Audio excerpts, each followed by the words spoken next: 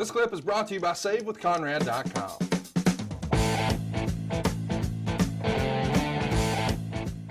On the June 13th, 1987 episode of Superstars, something major happens.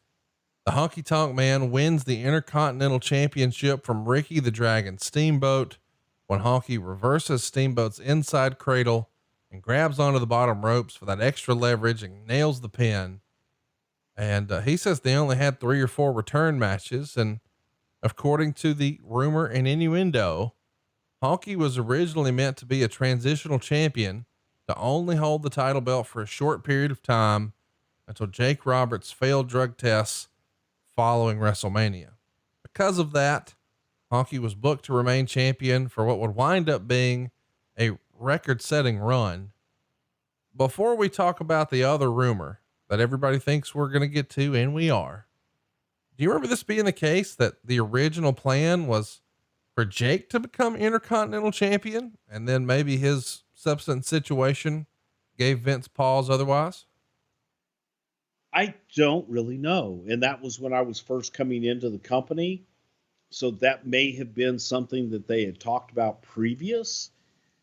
I know that the idea was to go with Honky and Jake post WrestleMania, but you know, Honky getting the Intercontinental Championship was kind of a fluke thing with Steamboat.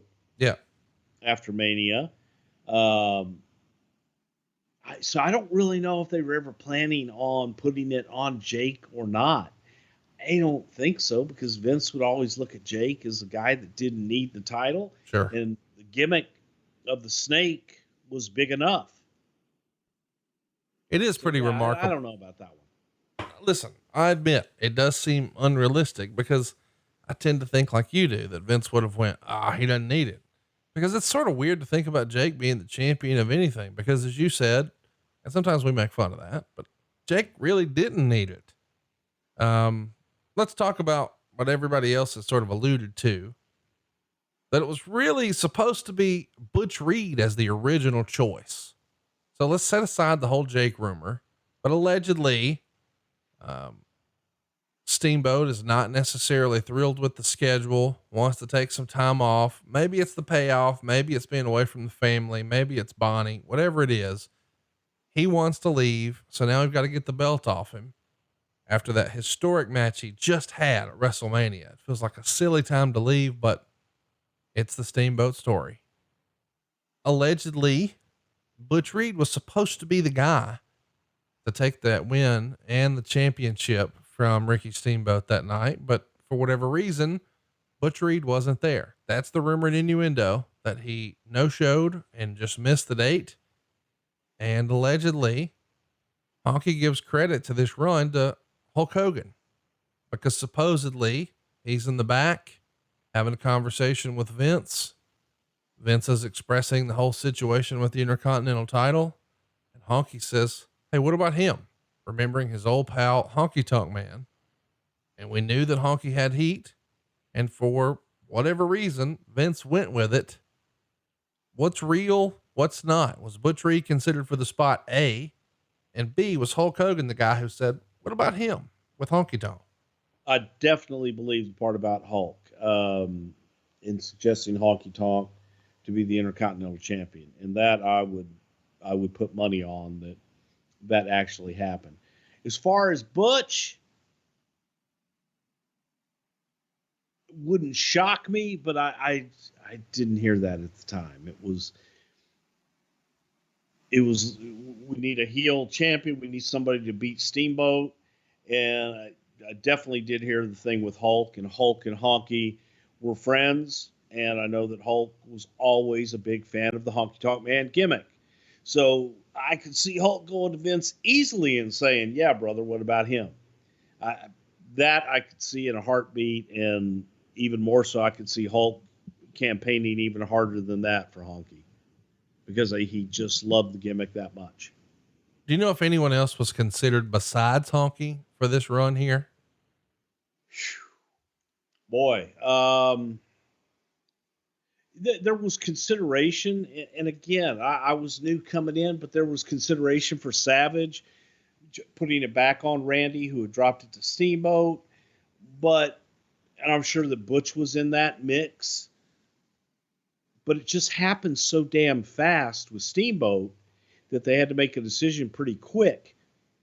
And sometimes those decisions are, okay, we've got to make a decision. What's in front of me now? Bam, let's go with it. We'll fix it later. It's just remarkable to think that this story has become legendary and repeated forever and ever. When do you think the first time, when did you first hear this whole Butch Reed story? Did it happen back then, or was it when the you night? Told me? Really? Yeah. So Wow. That's why I don't put a whole lot of credence in it.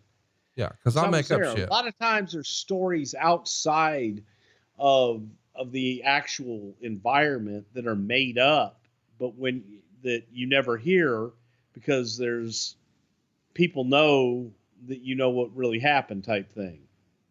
So they're not going to go to you and say, hey, it was supposed to be Butch Reed, wasn't it? And if it wasn't, you know what I'm saying? Right. So there was I seriously never heard it until you brought it up to me. It is pretty interesting to think about. I guess we should mention that we've got this is a weird time. I don't know another way to say it, but it's a weird time because the Honky Tonk Man had been the champ for a little while before it ever aired on TV.